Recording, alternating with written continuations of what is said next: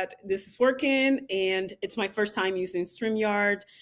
This is the very, very, very first edition of my series, Tech Careers of the Future. I thought starting with trust and safety was a good call because there's so much going on in the world of trust and safety.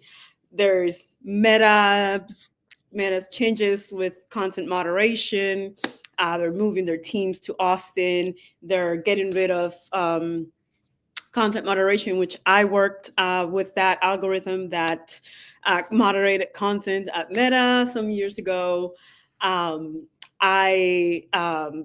the DEI rollback, which is related to it, but not really. Today's the inauguration. There's so much, and TikTok went off. It went dark, and now it's back, and we don't know what's going to happen to it. So there's so many changes happening, and I think it's perfect timing to talk to you, Alice. Thank you so much for being here. Thank you for accepting my random invitation, but I just thought, there are so many questions on people's minds right now. They want to know what on earth is going on. What is going to happen? Any of us know.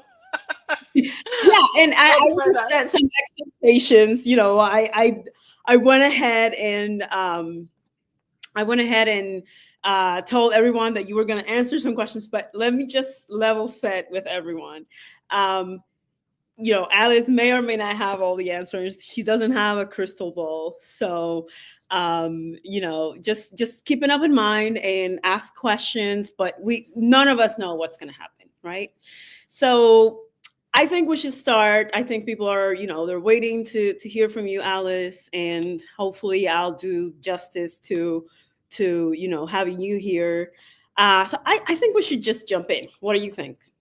Perfect. Sounds good. Awesome. So I want to ask you, well, first of all, I want to ask you, for those unfamiliar with trust and safety, I'm pretty sure everybody here knows what it is, but I just want you to explain in maybe 2 or 3 lines, what does trust and safety mean in tech, and what is it that you do? What does a VP in trust and safety at Partner Hero, what do you do? Okay.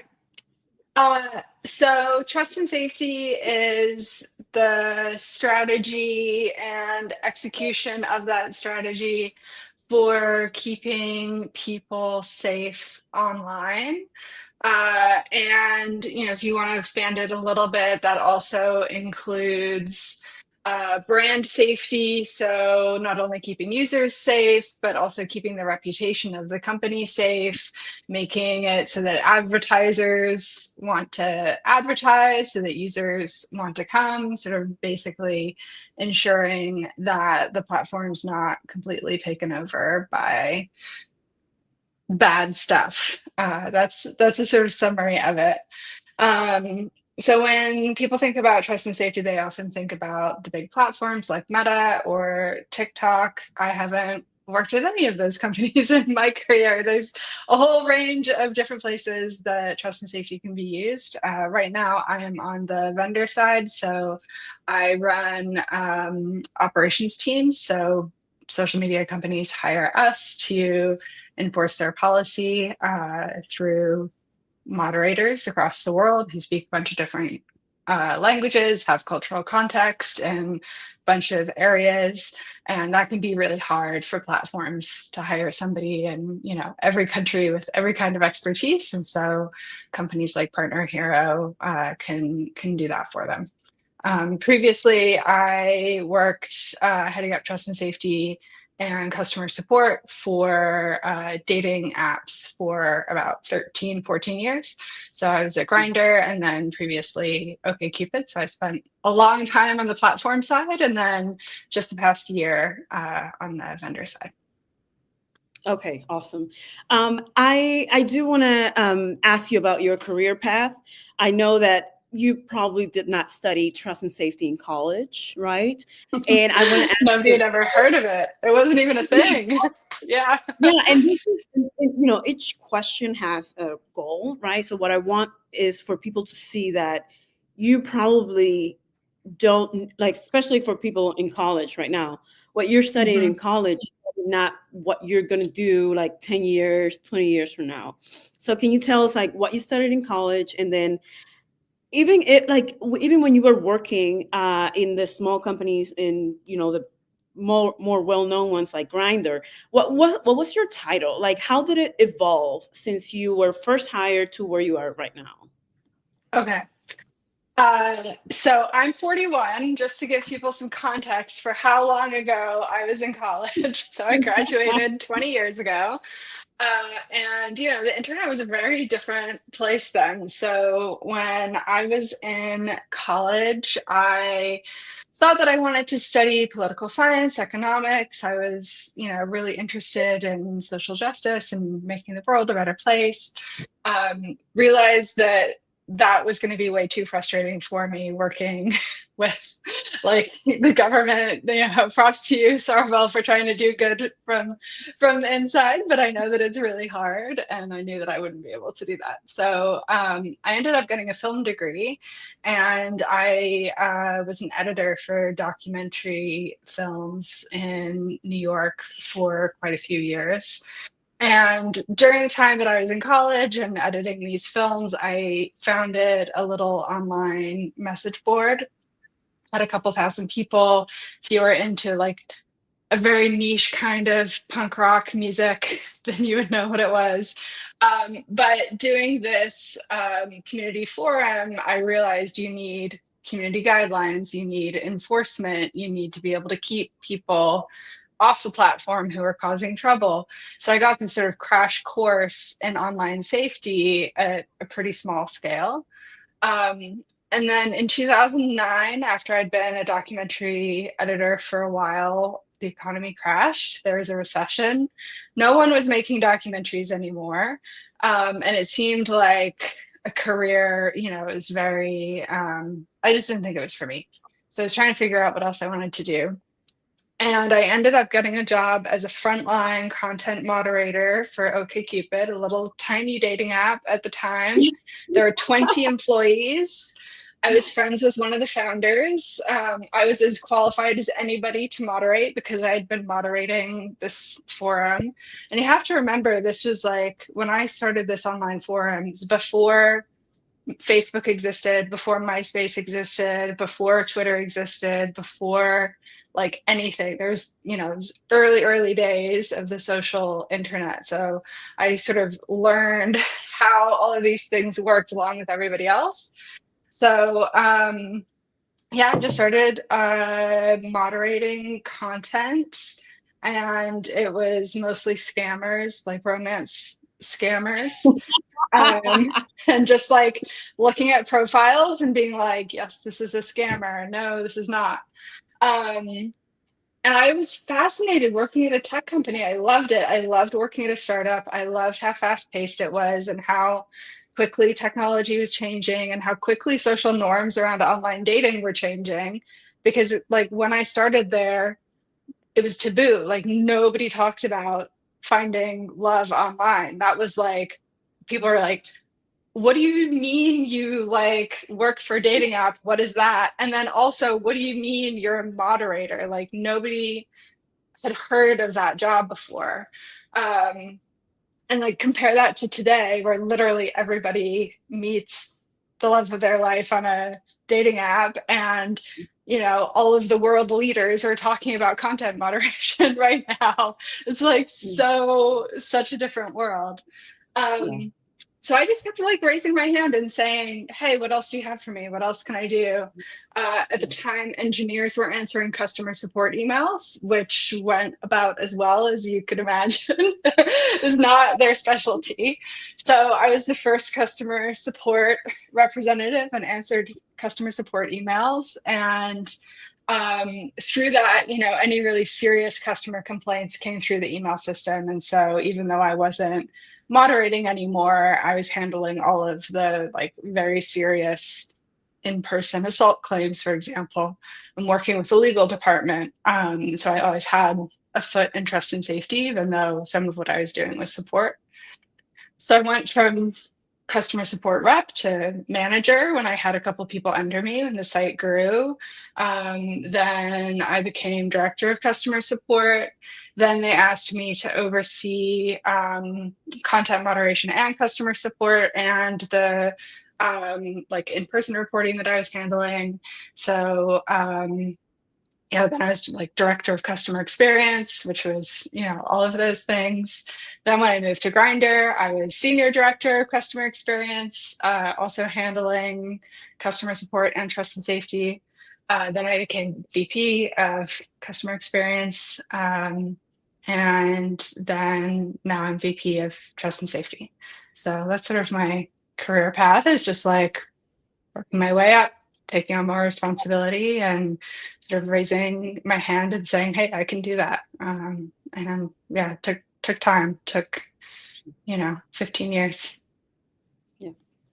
So now that we have, we have an understanding of your career path and who you are and what you do, I want us to like dive right into this. People are here because they want to hear about the future of the industry, and the challenges that AI poses to their jobs and also the opportunities.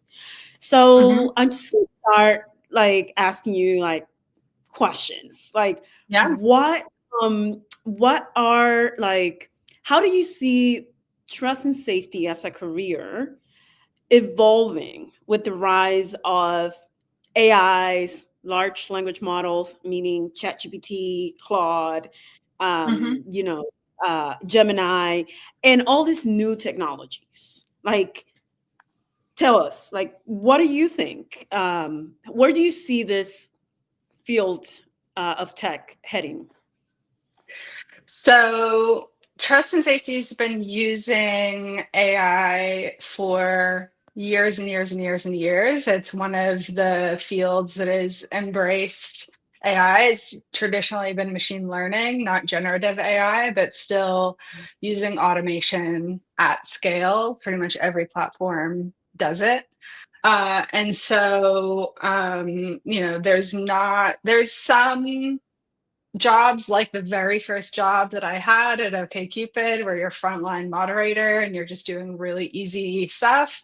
Some of that is going to go away, but most of it has already been automated away at this point, and we're seeing more bad content because of AI. And so probably that AI generated content will also be removed by AI. But I think as an industry, we came to terms a long time ago with the fact that you always will need a combination of people and AI to moderate content. So you can't automate all of it because humans are really messy and complicated. There are new emerging events that happen all the time that the AI isn't trained on, that only humans will be able to recognize. There's new slang, there's, new gangs, there's new like world events that everybody's talking about. None of those things can be moderated by an AI if the AI doesn't know what they are yet. So there's going to be a room for people, absolutely. And it's going to be a kind of side by side relationship, I think, where the easy things and the things in bulk that are repeatable get automated, and then the people kind of fill in all of the gaps. I'm excited about the possibilities of generative AI and use for trust and safety. We're starting to see some companies experiment with using it as a way of explaining reasons, or being like a co-pilot to moderators, or generating, like suggestions to users about what they should say and what they shouldn't say. So I think there's like some very cool possibilities, but we're not seeing a lot of companies embrace those things yet. So I think there's going to be some innovation in the next few years, and it'll be really cool to see that. So yeah, if you're, looking for your first job in trust and safety, and you're like, I wouldn't get a job as a frontline moderator and feel like that's going to be a safe job forever. But, there's going to be a lot of like upskilling, and all of the, you know, outsourcing companies like the one that I work for, we're all thinking about how can we get jobs for our people that are like the next level up, and how can we help them to have the skills to be able to like really influence what the AI is doing instead of just have their jobs be displaced completely. Yeah. So it's speaking of us upskilling, like what do you think are evergreen skills that people have, right? That they should keep. And what do you think are some evolving skills, like emerging skills that uh, trust and safety workers should like start learning so that they can transition into this emerging fields, right? Like moderating, instead of moderating social media platforms, they moderate LLMs or they moderate other things. Like, what are those Mhm. evergreen versus evolving skills? So I was just talking about this. I had a meeting with VP of trust and safety at like a major social platform that you have all heard of. We just had a coffee chat the other day. And he was saying to me how the further along that he gets in his career, and he had like a similar career path to me, the more he realizes that operations, like trust and safety operations, is a lot more complicated than people think. And it's something that's kind of hard to teach, and you either get it or you don't. And a lot of us who have been in the field for 15, 20 years, we had to kind of figure it out on the fly. And now I have a lot of people ask this exact question, which is like, what are the skills that you need? And, it's easier said than done, I think. Some of them are very kind of fuzzy, soft skills, which are really underappreciated in tech companies, where most of the employees are like, I got an engineering degree and I know these programming languages and these are the skills that you need. In trust and safety, it's the ability to have a balance between intuition, which has like meaning behind it. So, pattern recognition, being able to sort large amounts of information, see, what's happening. Maybe you can't exactly explain why something looks suspicious or sketchy to you, but because you've seen enough of it and your brain can kind of filter it, then your intuition tells you this is bad. So you need to be able to have that sense and be able to listen to it. And I think that's similar skills that like law enforcement have, or social workers, or there's doctors even, being able to just kind of see and like, oh, this thing looks wrong, and then being able to sort of dig in and find what exactly it is. So you can't only work on intuition, you also have to be able to say, okay, what part of the policy is this? What are the gray areas that haven't been met yet? If I make a decision and either decision that I make is going to have downsides, which is the worst downside? So being able to do these like risk assessments on the fly. So I think a combination of being able to be really analytical and rules driven, and also kind of intuitive and understanding humans, which is a pretty tricky combination. And then like hard skills, if you want to actually like learn something and study something instead of just like have the right personality.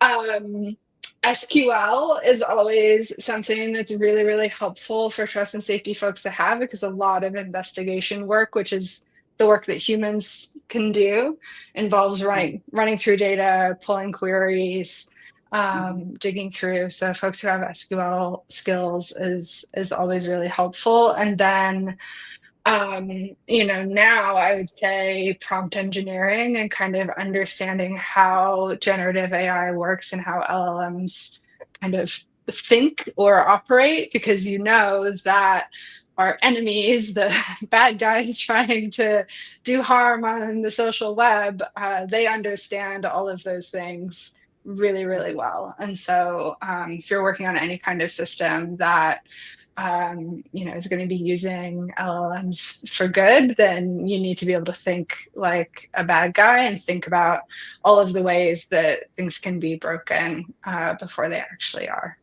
So those are sort of Yeah. some, I don't know if that's like really helpful, because it's like there still, you can't really study trust and safety at school. And the reason you can't really study trust and safety at school, like there's a couple programs, there's a few graduate programs, but there's no undergrad for it. And the reason why is because it is like such a like undefinable field. You can see me sort of struggling trying to explain like how are the ways that we have to think, and it's a process of being intellectually curious and rigorous, which is, a skill that you can learn and develop. And I think a lot of people would argue like kids these days aren't, rigorous in the same way that they used to be. I don't think that's true. I think you just have to have that sort of curious mindset to begin with. So, yeah. Yeah, and I think to add to that, there was a whole bunch of former diplomats that joined companies like Meta and Google and Twitter back in like from 2019 to 2021, 2022, because of their, geopolitical knowledge, right? Their adaptability and, their ability to, diplomatically like talk to different functions of the company. So talking to, being part of operations and talking to the policy folks and also talking to product and talking to the business side of. Yeah, because trust and safety is considered a cost center, right? So it doesn't bring in any money. And some people hate it because it's like, we're spending money and we're not making it back. But it's more like an insurance, right? Think of it as insurance. Yeah. So for example, you mentioned earlier, like events that happen that you really can't predict. So who could have predicted that the person who committed this terrorist attacks in New Orleans, who would have thought that he was going to rent a car from Turo, Turo is like a rental car sharing company. Think of it as like Airbnb for rental cars. And, they weren't expecting this to happen, right? So there's a very fine line between, being this small company and you think you're not doing anything that needs trust and safety, that needs that kind of insurance, and then this happens to you, and then you're in crisis mode and you're in crisis management mode. And I see the on LinkedIn, I see the job posting right away, like, we're hiring for a trust and safety, or we're hiring for a privacy consultant, and I'm like, you just want to have a fall person. You just want to have a fall person for a few minutes until this dies down. So it's a very interesting balance to see how companies respond to this kind of things. So I just wanted to put that in there. Yeah, I think I like thinking about trust and safety as diplomacy. I think that there's a lot of connections there, both internally within the company. Absolutely. I would say the number one thing that has gotten me sort of far in my career is becoming really, really good friends with people in every single department of the company and figuring out how can I make their lives easier and how can I help them be successful in their goals with what my team does. And, if you sort of enable other people to be successful, then you can be successful with your team. And trust and safety is very much like, we're never going to have the spotlight. If we do have the spotlight, it's for really bad reasons. Like if you're doing your job well as a trust and safety leader, nobody ever hears of you, nobody ever talks about you, nobody ever sees what you're doing. Like success is nothing happening. Yeah. And that's really hard to justify a budget for, because people would be like, well, nothing's happening. What do we need to spend all this money for? And so you have to be able to justify other things that you can kind of help other folks with as well. So, if there is Yeah. anybody here who's working in trust and safety, like, if you have company quarterly get-togethers, like go have a drink with the people on the security team and the people on the engineering team and become like good friends with them. And, with the privacy folks, like privacy and safety are actually trying to accomplish the same goals, even though we do it from different Yes. sides. So Yeah. become friends with the privacy team, become best friends with the product folks, become friends with the marketing folks. Like really, truly, if you're not being completely cross-functional, then it's like a big missed opportunity.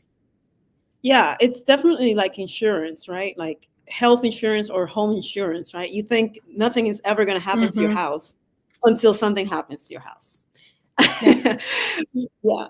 But I do want to transition into like the real core question that I've been wanting to ask.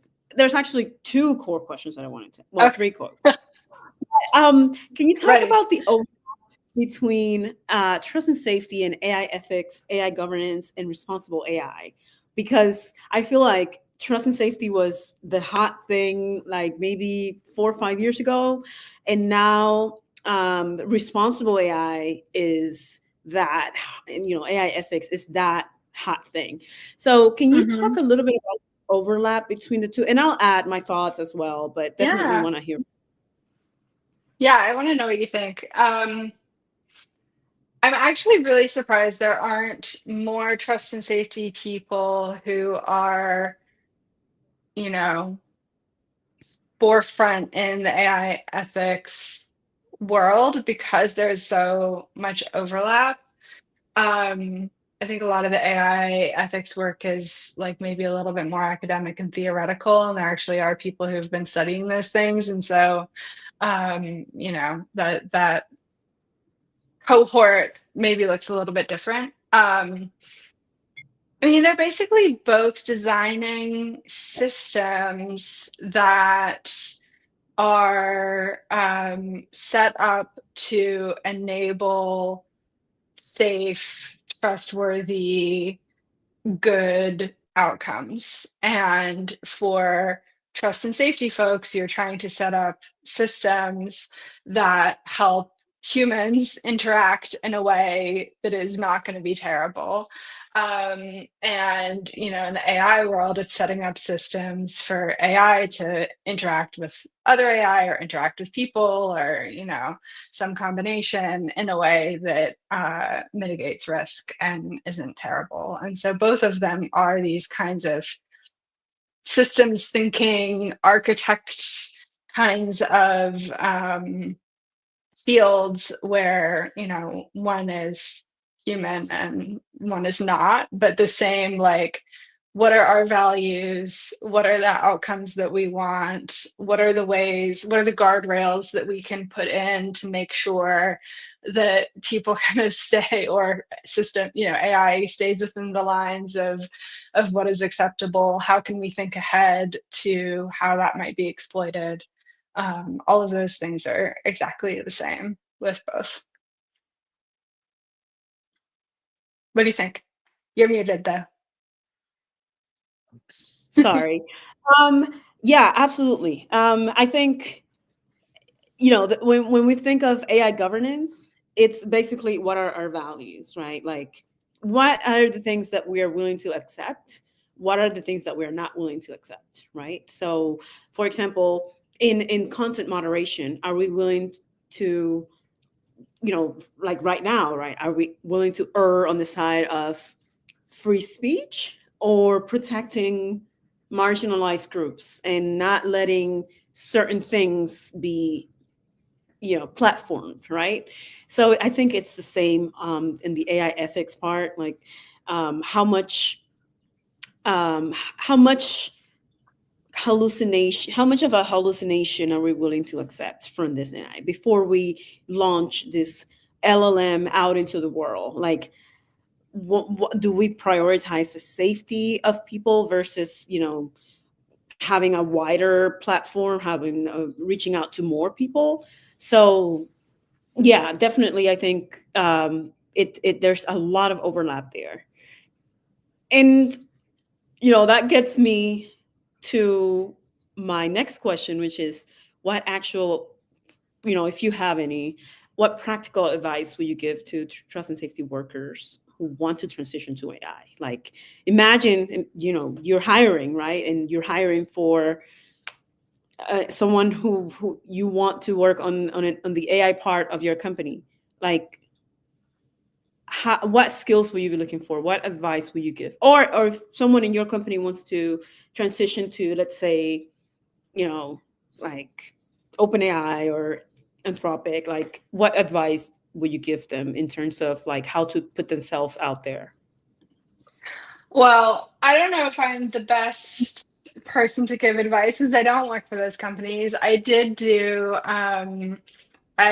some freelance work for OpenAI, red teaming, Chat GPT before it was, had the big wide public release that got everybody excited. So I've technically worked for an AI company, but it was freelance and it was just like a few hours on the side testing things. So I don't know for sure what those companies are looking for when they're hiring. I would say that focusing on the way of thinking systematically about risk and then finding ways to mitigate that risk are really important. And those companies absolutely need people who have done it before. And the only people in the world who have done that kind of thing before are trust and safety people.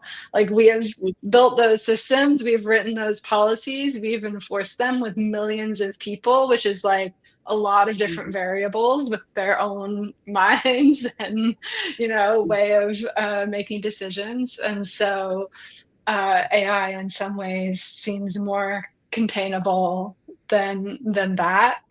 So if you do have experience with trust and safety, I would just really lean into thinking about the structures and the ways of thinking about that as opposed to like individual tasks. Mm-hmm. And then the other thing is like I think this goes back to skills. One skill that I think is going to be more in demand, especially as there are more AI companies and more companies using AI, is the ability to write really, really clear policy that AI can understand. Um, so I'm a big policy nerd. Specifically, I'm talking about like community guidelines, not policy, like public policy working with governments. So Mm-hmm. community guidelines, when some people, they're written often by legal departments and they're often written in terms of do not do this, don't do this other thing, don't do this third thing. This is bad.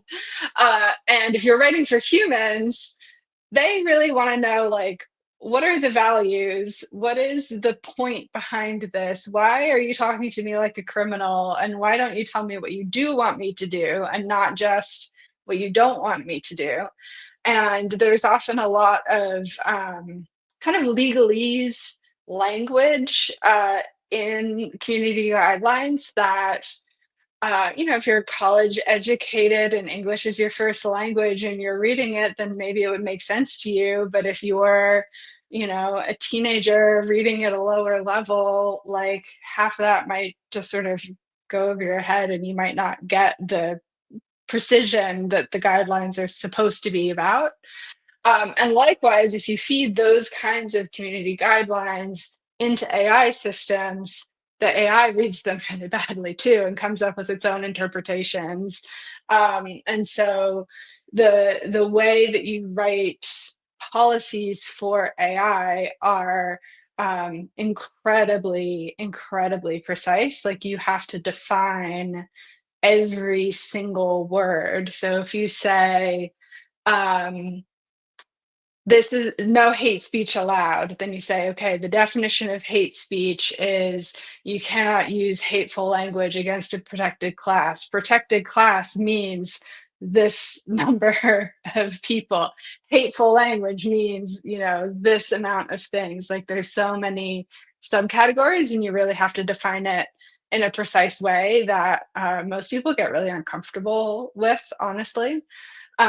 So I think that's a skill that not very many people know how to do today and is going to be needed more. So, yeah. Yeah, I want to agree with that. I hate legalese. I hate it.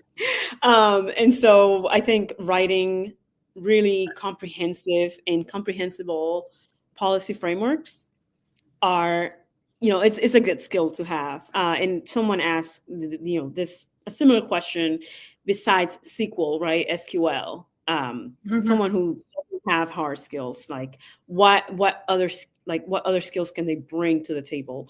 And this is an answer for them. Like, if you could learn SQL, great, right? But if you don't want to, if you want to stick to what you know and what you're good at, I would say, like you said, Alice, being able to lead cross-functionally and influence without authority, which sounds very fuzzy, but it's really hard. It's really hard It to is get hard. an engineer to listen to you when you're nobody. Hmm. So I think that's where communication skills come in and influencing Hmm. skills. And then writing is so powerful. Like, and I'm so bummed that we're losing that skill now that we have LLMs. But still, like, use LLMs to help you write Hmm. strong, powerful statements. I would also say, like, I think one thing where people get stuck is escalation. Like, instead of sometimes, like, there's a lot of content that's either good or bad. Like, you said this, that's bad, you're banned, and you said this is okay. But then there's like this gray area content that Hmm. sounds bad. It's not necessarily like, it doesn't violate the community guidelines. And so I think having that, judgment, right, and systematizing that judgment, like, okay, so it doesn't really violate our community guidelines, so what do we do about it? So having that, escalation policies and decision trees, I think that's a good thing. Plus, risk assessment, like if you've done Hmm. any risk assessment, like, that's awesome. But for people who are like earlier in their careers, I think if you can get to like some kind of SQL, if you can get to like, study, like take a course in, AI or like machine learning or neural networks, I think you would be smart to do something like that. I really think that. If I could go back to college, and if I were back in college, that's what I would do. But yeah. Yeah, so let me move on to the next question, which is related to it. Um, so I want to ask you, I think you're in a good position to answer this. Of course, this is all guests, right? But the platforms that you work for earlier in your career, like this obscure OkCupid platforms that were kind of taboo, right? What do you think are the platforms of the future? Like, I know Reddit is out there. I actually, whenever I want a true answer from Google, I'm like, how do I do this? Reddit, because I love Hmm. Reddit. But I'm using Reddit like in the last year or two. Like, not, I haven't used it in a while, like before. I can't do Discord. I cannot do Discord. It's too much. But what do you think are those platforms that people should be looking out for? and where the opportunities are going to come from for trust and safety people. So you mentioned too that I also always mention, I think what we are learning, and I've been saying this for a very long time, but I think that, the mask is starting to come off a little bit now. It is impossible for large global platforms to truly be neutral. They can't, they pretend, they say, we're town square, we're here for everybody. It's not possible. So like one of the questions that was in the chat is like, how does trust and safety find a line between free speech, letting people say what they want, and not making an unsafe place for other people to be? Everybody's going to draw the line in a slightly different way. And where you draw that line is a statement of your values. And it's a statement of like what you as a company believe in. And that's, given the polarized nature of society these days, there's not a way to make a declarative statement of your values and not have it rub some people the wrong way or not drive some people away.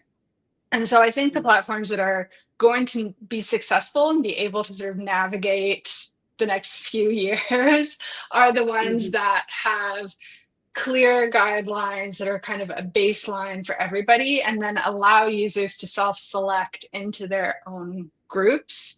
And so Discord does that, Reddit does that, Blue Sky has community moderation that you can opt into if you want to.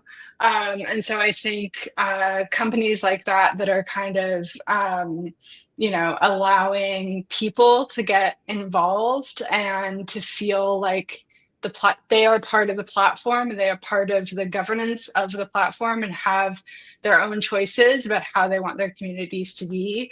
I think those are the ones to look out for. Now, there are problems with that as well, because it is giving volunteers the burden of doing what is a professional job. It is not giving people, like, volunteer moderators on Reddit deal with awful stuff, or any platform, not just Reddit, but like they deal with really difficult things. They need mental health support just like us professional trust and safety workers do. So I still, I don't think that these models are necessarily always the best for everybody. It's like, again, a really difficult kind of balance.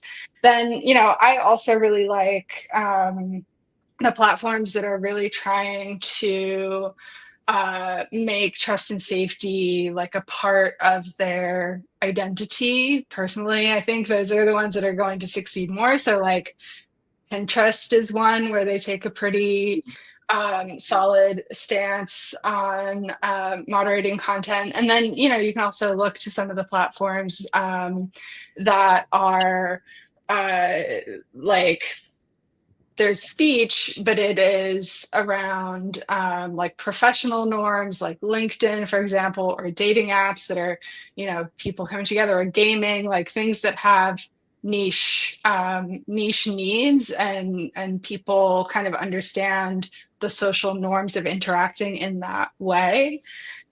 So I think we're going to see a bit of a pushback on these like big everything for everybody, talk about whatever kind of platforms, and the ones that are able to be at a slightly more human scale are the ones that, I'm excited about seeing where they go. Especially like Blue Sky's been really fun to watch lately as well. Yeah, so that, that was my I guess it's like a chicken and egg kind of thing, right? Because I guess I want to ask you, like, okay, so should people give up on trust and safety and just transition to something else now before it's too late? Or should they be, like, what should they be doing? Because like you said, a lot of this up and coming platforms are moving to community nodes, right? To community moderation. They give they have volunteers instead of paid people that they should. They have paid as well. They have both. But not at the same scale, right? Like as the big ones. And then you have problems. There's always going to be someone doing something stupid, right? And then they want to Yeah. hire them back. And so people are in this like, should I stay or should I go? What is your like what are your thoughts? Like, should do you recommend to a young person, 19, 20, going to college, trying to decide what to do you recommend like pursuing trust and safety? Honestly, I don't know. Um, it's a really, really hard field. You have to be really resilient in order to stay in it long term, both in terms of the content that you deal with and the things that you see that stick with you forever and are the worst of what humanity has to offer. But also, it is really difficult working inside companies that don't always value the work that you do. And there are a lot of trade-offs that, people have to make. So for example, for me, LGBTQ rights is incredibly important to me. I have made a very deliberate choice in my career to only work for companies that are completely outspoken about the importance of DEI and the importance of the queer community, especially. And I will continue to do that, but that means, by me being this outspoken and by sort of saying, like, I need to have shared values with the companies that I work for, it really limits the pool of companies that I can go to. And so I have, when you're working in trust and safety, like you are putting values into action. You are taking the company's guidelines and you are making them happen. And so if you don't believe in them, then that can be really bad for your own mental health, as well as for the world potentially. So it's a really hard field. But if you can find those places where you feel like you are actually actively helping people, you are creating safety for the communities that you care about, you're making the world a better place, all of those things, like, it's so incredibly rewarding. And people who stay in it for a long time are very mission driven and very, feel a lot of satisfaction from doing that work. So I don't know that I would recommend it to like every college kid because it's not an easy path by any means, but it is one that is really rewarding and can be really rewarding. And the field's not going away. So, you see a lot of these layoffs from these really giant companies, and the pendulum swings in various directions depending. But I think one thing that, folks have to remember is like, the number of people working in trust and safety today, even after all of these devastating layoffs in the industry over the last few years, is still more than we had 6, 8 years ago. And so, we grew exponentially, then we went back down a little bit, we'll grow again, we'll go back down, it's sort of the way of things.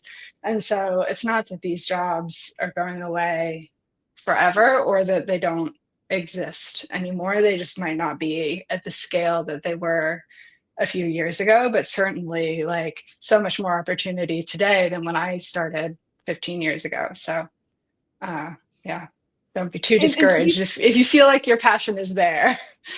yeah. But it's also like a trick question, right? Because we could say the same thing about computer science, right? We could say that the exact same thing. Like, should people stop studying computer science and just flee to something else? We don't know. We don't know what's going to happen.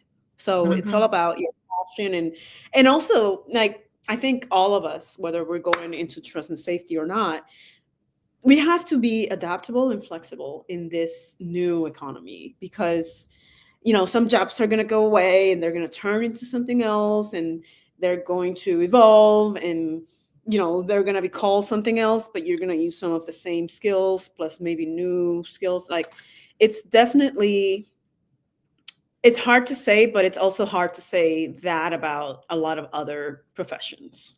So, Yeah. I do want to allow people to ask questions if they Yeah, we've want had a to speak. lot in the comments. Yeah, we've had quite a few. If anybody wants to come on stage and ask any questions, I'm happy to bring you on stage. Or if you'd rather stick to the chat, let me know. But before I keep asking Alice questions, I want to give others the opportunity to ask questions too. So you just pick a couple from some comments. Let's There's a see. good one I can answer quickly. Saying, are there internships in trust and safety? No, there aren't. I'm sorry. There should be. Very, very, very rarely I see them, but it is not a thing the same way that it is in computer science and other fields. It's just not. So yeah, unfortunately, don't waste a ton of time trying to find internships because it's not really a thing. Mhm. I would say like, and this is something that I wanted to ask as well. There for Richard, right? Your question about Mhm. internships.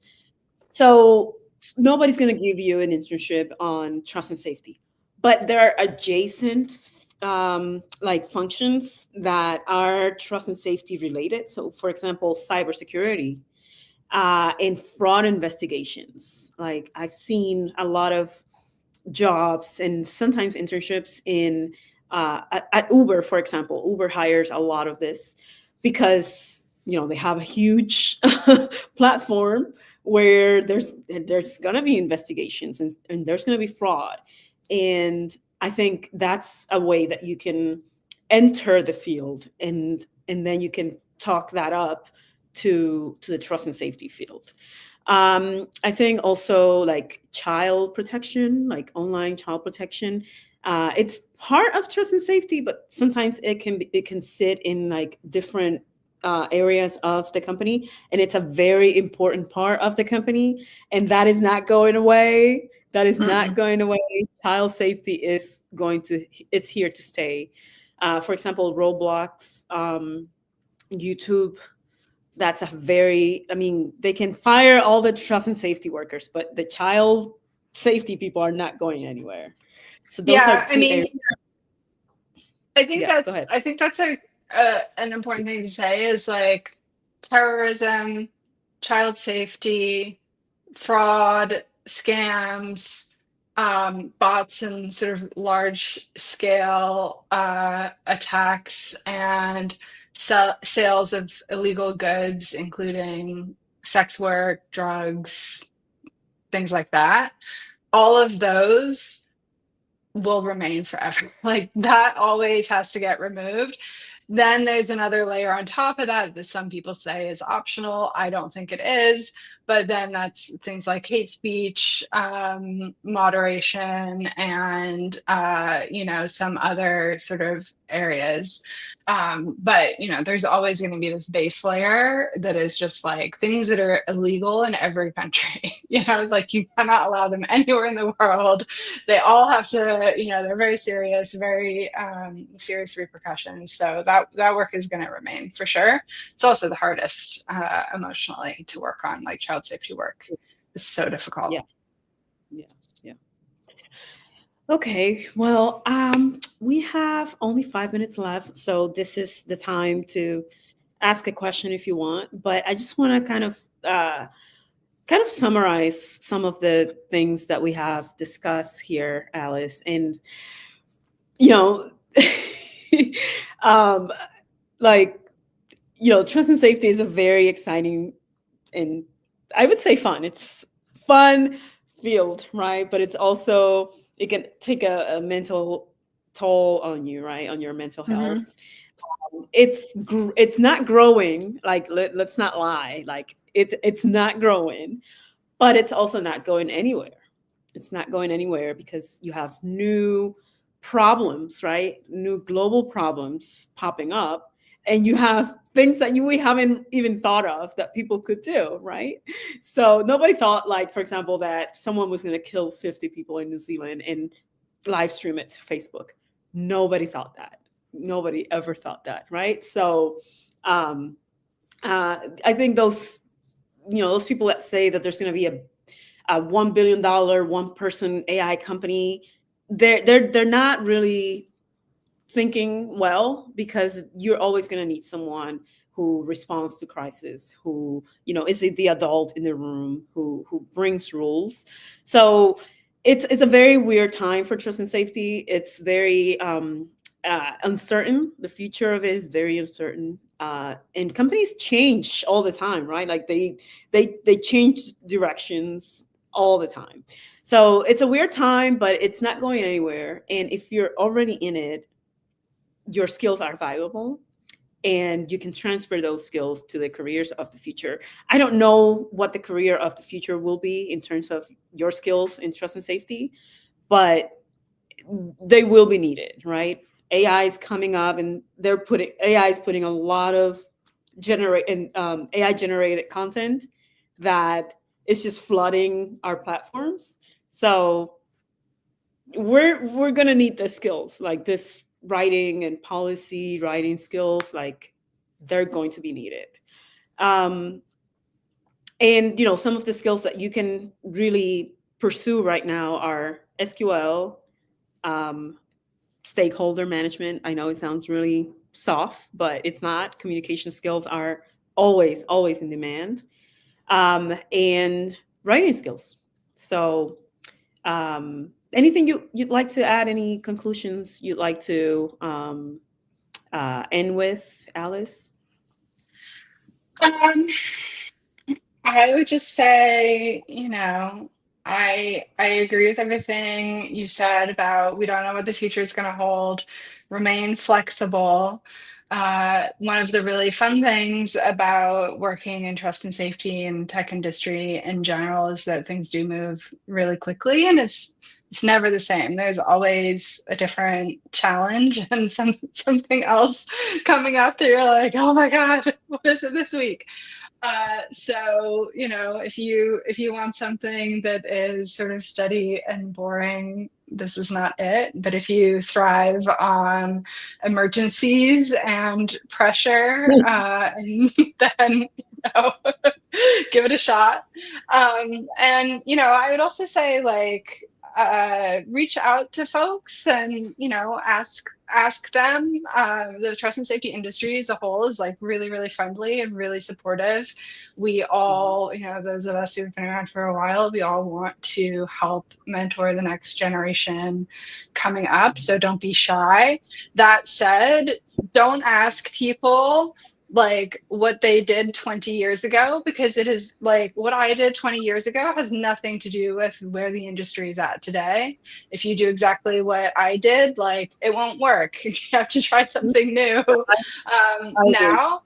And ask people like really specific questions, and you'll be surprised. Like, you'll get a lot of answers if you're kind of like specific and targeted about what you want to learn more about. And there's some really good like communities and things on Slack, and lots of folks who like to chat on LinkedIn. So don't be a stranger. Say hi to me if you have questions. And yeah, good luck to everybody out there who's trying to figure out what they want to do with their life. I know it's really, really difficult. And, I often am also trying to figure out what I want to do with my life. So Yeah, it doesn't end, even when you're in your 40s. yeah, definitely. Well, thank you, Alice, so much for being my first guest. I am, doing this for not just for trust and safety, but for other careers, tech careers of the future. And they're going to be live streamed on YouTube from now on. So please subscribe. And thank you for being here. Thank you. Yeah, thank Bye, you so everyone. much. Yeah, thank you. Bye.